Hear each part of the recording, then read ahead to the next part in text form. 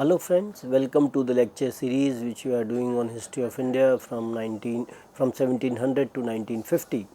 And as we were talking in the earlier lecture with regard to the peasant and the tribal revolts, we talked about the various kinds of revolts which happened during the colonial period, that how these revolts were as a result of the oppressive policies which were followed by the British, and how the peasants and the tribals, they were being treated by the British, especially when we talk about the various land revenue settlements, with the way they were being imposed to secure more and more land revenue for themselves without any kind of a regard for the peasants. And in the case of tribals as well, we find that how British, they wanted to secure more and more forest areas for themselves, and the tribals in these regions, they were being in a way not treated well by the British. Their subsistence, especially the way they were able to secure their life in the forest areas, it also got destabilized, because many of these regions, they were being converted into the reserve forest areas.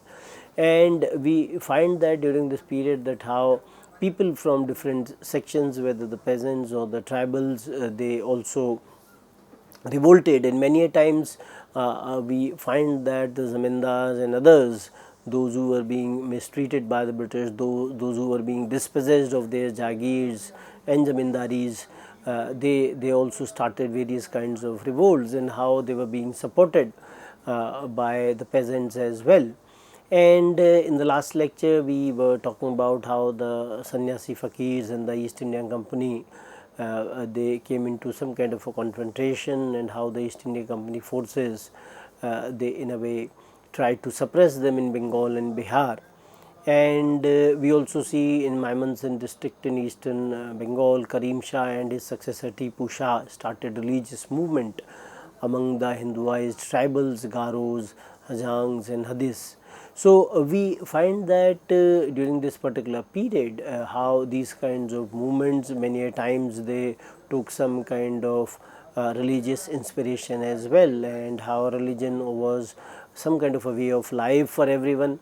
And so the religious beliefs and ideas, they were, the people, they were tied to them, and how they tried to use these religious symbols in their movement as well. And we find that how East India Company in a way consolidated itself, and the zamindari system became more firmly entrenched under the permanent settlement, and the peasant grievances rose against the illegal abwabs exerted by the zamindars and the new revenue settlement. So any kind of illegal abwabs which were exacted by the zamindars and the new revenue settlement, we find that peasants, they had these kinds of grievances. And we also see that during this particular period, how the Tipu's Pagalpanthi sect held out a promise of a new regime and just rents, and new spirit gradually spread over whole region and took shape of an armed insurrection which had to be crushed with help of army in 1833.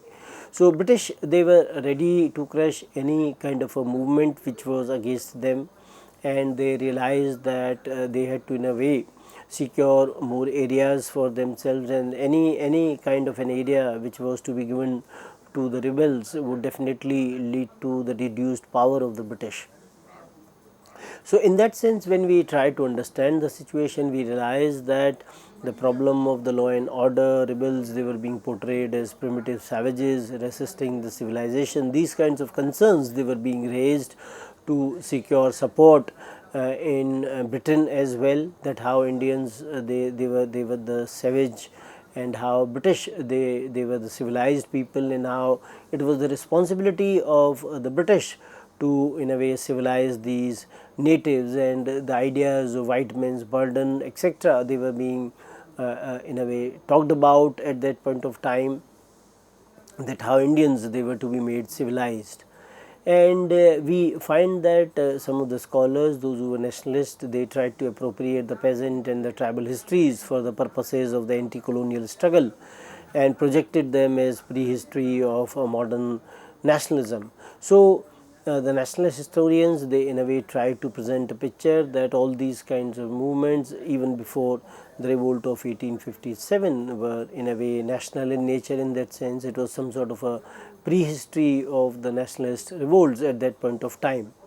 And the scholars, those who have in a way argued, that one of them was D.N. Dhanagare. He regards the peasant rebellion as pre-political because of the lack of the organization, program and ideology.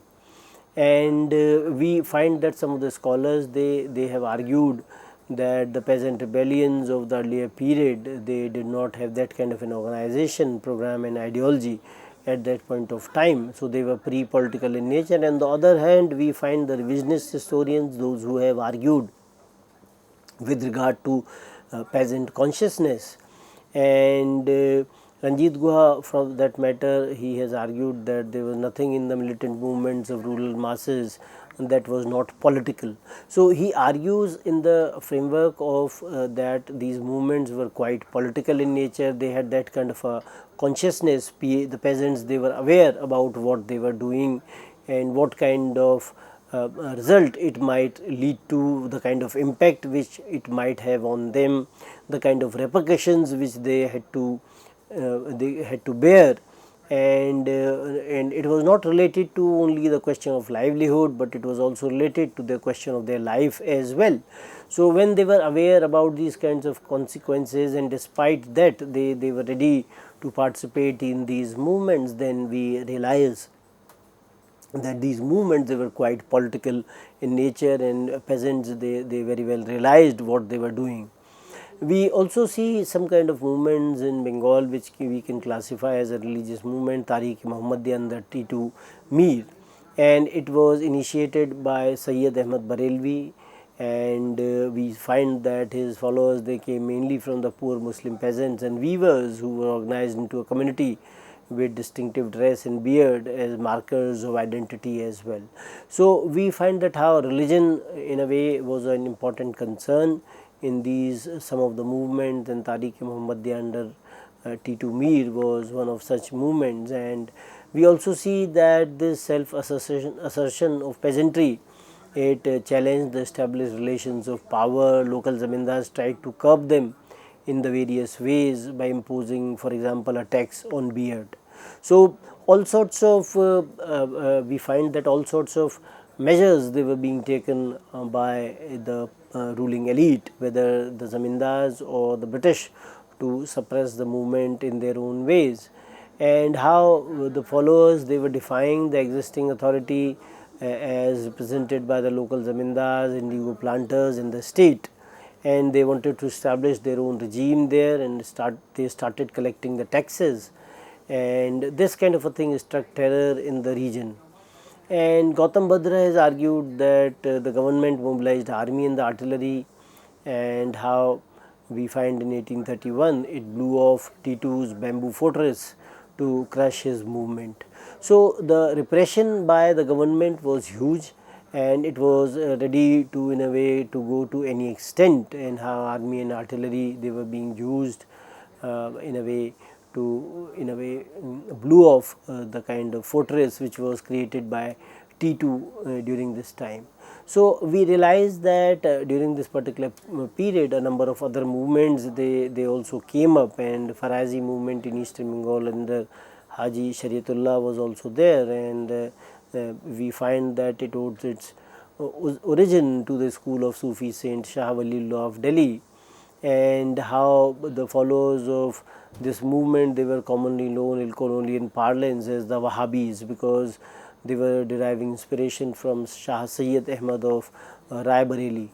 And we find that this movement was indigenous in origin, and how it wanted to purify Islam by purging all the un-Islamic beliefs and practices, and by signifying Quran as their sole spiritual guide. And when we talk about the rural Muslim poor of the Eastern Bengal, they united under this religious sect and revolted against indigo planters, landlords and British rulers. Hindu landlords felt main brunt of their anger, and we find that when such kind of movements, they were being initiated during this time, and the idea of the people, those who were there in the movement, they wanted to get rid of the people, those who were at the power center.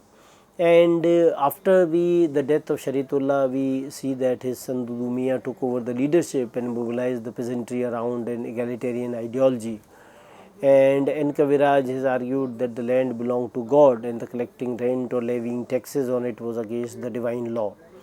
And we see that during this time, when we talk about these movements, Farazi movement for example, how it built a network of the village organizations and held the local courts as alternative to the British judicial institutions, that they don't have to in a way go to the British courts, they do not have to in a way agree to the British institutions, and how they were collecting taxes to meet the expenses of the movement as well.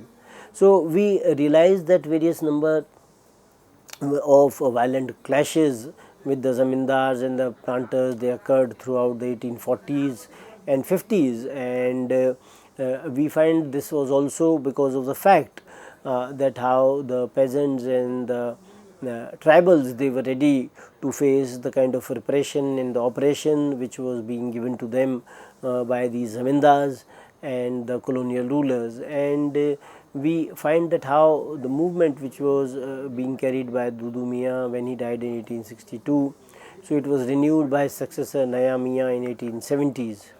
Apart from these movements, we also see that Moplas or Mapilas, they were the descendants of the Arab traders who had settled in this region and married local women, and their numbers increased through the conversion of the lower caste Hindus like Cherumar. And we find that how Moplas, they became dependent on agriculture and turned into a community of cultivating tenants, landless labor, petty traders and fishermen. And we find that we in a way see that how British, they revamped the land relations by creating individual ownership right in the land. So this kind of a situation was in a way not in a way detrimental to the interests of the peasants, and the traditional system stipulated the equal sharing of the net produce of land by Janmi, who was the holder of the annual tenure. And we find that British, they brought about that kind of a change which was not acceptable to the local peasants, and this created a situation of conflict. And we also see that this kind of an arrangement by recognizing Janmi as the absolute owner of land with right to evict tenants and reduce other two categories to status of tenants and leaseholders. So this kind of an earlier arrangement was in a way upset by or changed by the colonial rulers, and in that particular situation we also see that over assessment was one of the important concerns, and how some kind of illegal cesses or taxes during that time, they also added to the misery of the peasants and the tribals. And we also find that the other apparatus of the state, whether the judiciary or the police, was always supportive of the landlords, and how they were not giving any kind of support to the subaltern population. So this added to their woes, that they could not even visit judiciary, they could not go to the police for the redressal of their grievances. And we find that scholars, they have in a way argued that how peasantry in Malabar lived and worked in the conditions of extreme penury, which was entailed by the twin exactions of lord and state, as has been argued by K. N. Panikkar. And the important aspect was in the context of that the majority of Janmi were the high caste Hindus and the peasants were the Muslim Moplas. So that added to some kind of a situation relating to the religion as well, and how we find that the mosques, they became the centers of mobilizations, and the targets were the Hindu Janmi and their temples and the British official who came to their rescue. And the British forces were deployed to suppress the revolt as well. This is what we see during this time. And we also find that if we see the situation before 1857, and then some of the peasant rebellions during this time, we find that the participation was by the tribal population, whose political autonomy and control over local resources, they were threatened by the establishment of the colonial rule. and the advent of its non-tribal agents as well, and how this kind of a change in this particular situation was in a way negatively affecting the peasants and the tribals.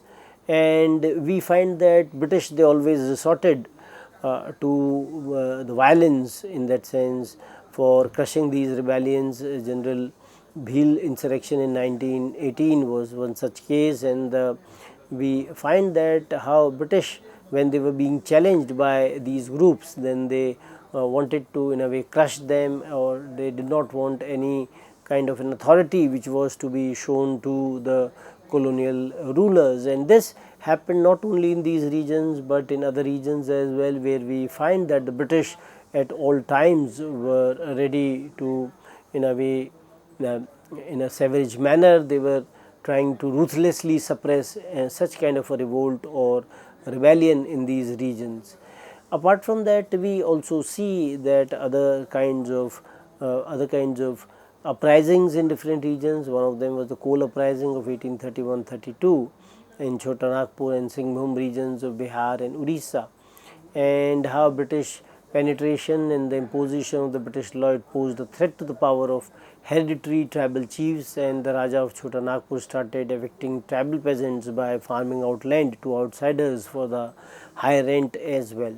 So we find that how the settlement of the non-tribals and the constant transfer of land to merchants and the moneylenders, generally referred to as the Sood or outsiders, led to a popular uprising in this region.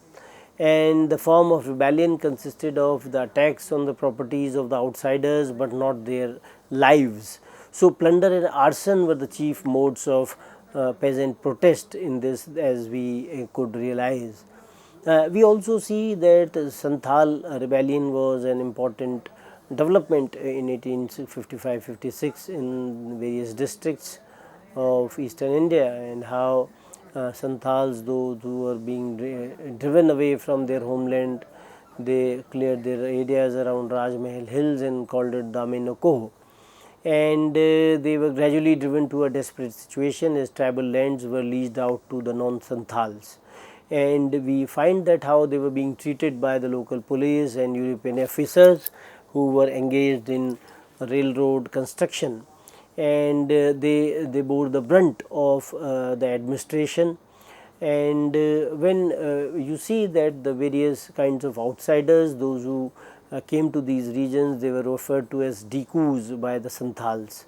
And when these people came from outside, their world was in a way destroyed by them, and this in a way forced them to take some kind of action in that sense, and how their lost territories they could be taken back by them. So this kind of an influx of the outsiders in these regions was painful for the Santhals, and how Santhals they reacted in the framework of the Santhal Hul, which takes place in 1855-56 with Sidhu and Kanhu, those who were the main leaders of the Santhal rebellion. How British in that sense, they very forcefully or in a savage manner or violently suppressed this particular revolt as well.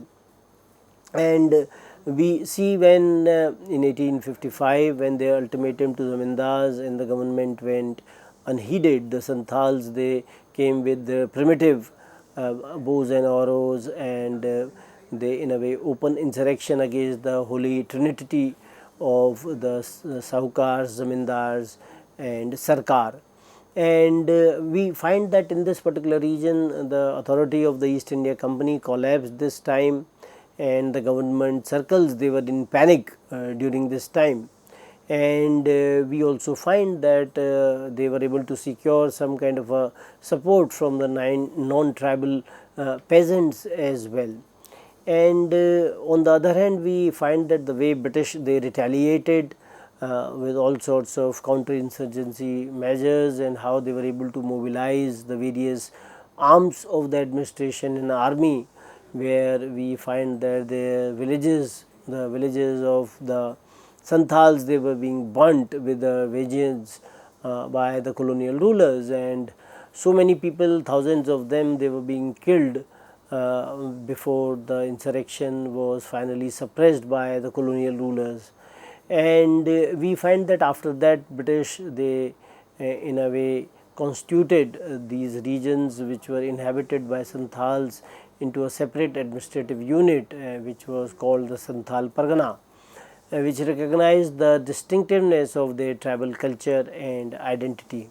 So we find that how such kind of protests by the peasants as well as the tribal groups, and how they were being treated by the British, because they realized that they did not have resources, because they were fighting with the primitive weapons, and British, they were fighting with the guns. So their weapons were no answer to the British guns, and how British, they had that kind of an army which was more disciplined, and British utilized all of them in a way to attack these people. And when you talk about the peasants, when you talk about the tribals, it has been seen that they were also trying to attack the colonial authority.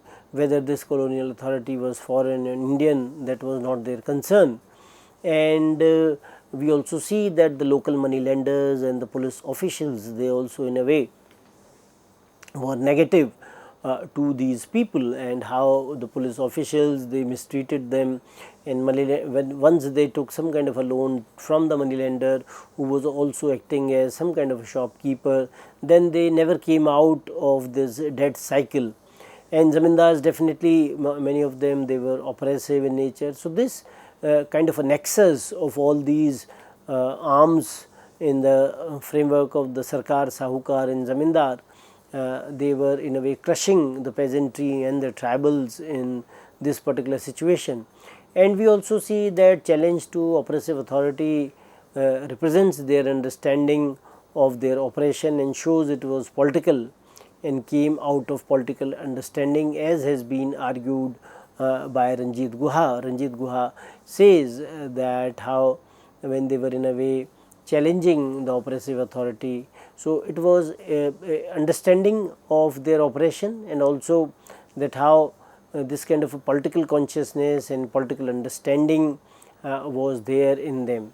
And we also see that how Santals, they also attacked the railways from which they were earning their livelihood as well. So this shows the primacy of political consideration over economic, because why would they attack the place where they are getting their own livelihood. So the aspect of their political consciousness was very much there, as has been argued by Guha, and Sidhu and Kahanu, they also argue that the project of Thakur or God, and they felt themselves to be the instruments of the superior will, as they argue. And Gautam Badra has argued that such kind of a faith in invincible and predictions of an inspired prophet was rooted in the religious political type of popular consciousness at that point of time. And Rudrangshu Mukherjee has argued that in popular mind, British rule was identified with Christianity, and it was believed that they were undermining beliefs and customs of both Hindus and Muslims. And we also see that how Indian peasant economy, which was based on the subsistence ethic, and how it was drawn into the world capitalist system at that point of time, and attempts to develop the capitalist agriculture, it had devastating impact on the agrarian relations of that time. And how the creation of property rights in the land, and how land market was which was being created. So it was some kind of a attack on the customary production relationship. And when you talk about the growth of commercialization during this time, and tribute was replaced by profit as a dominant mode of surplus extraction. So all familiar norms of agrarian relations, they got broke down during this time. And we find that how peasants, they lost their occupancy rights, and they were turned into tenants at will, which meant a great transformation in their status. And British, they did not do anything to protect their rights in that sense. And how we find that higher land revenue demand was passed on to the peasants, and all sorts of corrupt practices and harsh attitude of the revenue officials added to their miseries as well. And when you talk about the kind of attitude of the British, we find that the British laws, they were also supporting them, and how the landlords and the money lenders, they were being supported by the colonial laws. And we find that how the military power was not actually curbed, and it continued to be exerted through the Zamindar Daroga nexus, while the new courts and the lengthy judicial processes, they added further to their coercive authority.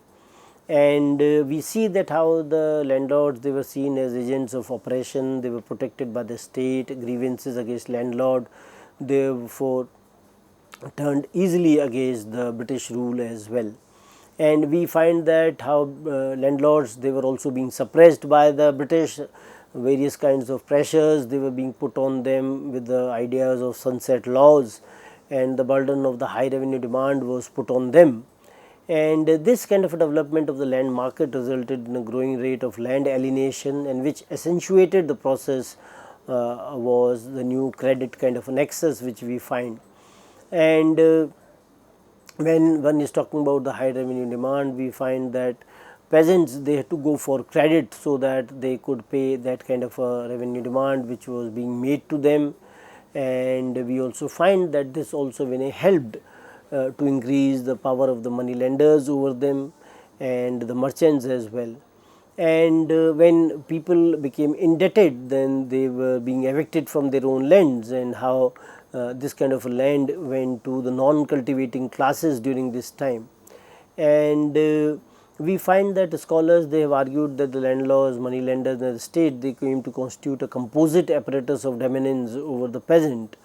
And we find that Ranjit Guha has argued from this perspective. And when British rule came, then their own autonomous domains of power, freedom and culture, they were also lost. And we find that the idea of destruction of their imagined golden past by the intruding outsiders, the suits and decus, led to the violent outburst during this time. And we also see that a clear awareness of the relations of power in the rural society and determination to overturn that structure of authority was definitely there, as has been argued by Ranjit Guha, and how they were conscious of the political sources of oppression. And this was reflected in the various kinds of attacks or the targets which they chose, whether the grain stocks or zamindar houses or money lenders, merchants, or the state machinery of the British, which came forward to protect these local agents of operation. So, from that point of view, we find that these things, they were political in nature, and how these people, they were also giving prior warning to the British in terms of their protest or their kind of rebellion. So, in that sense, we realize that we cannot treat them as merely unpremeditated. We just cannot see them that they were not political in nature. So, peasants had that kind of a consciousness. They realized that this was an attack on their livelihood, and at the same time they could also lose their lives. So, with that, I would like to end the discussion. Thank you very much.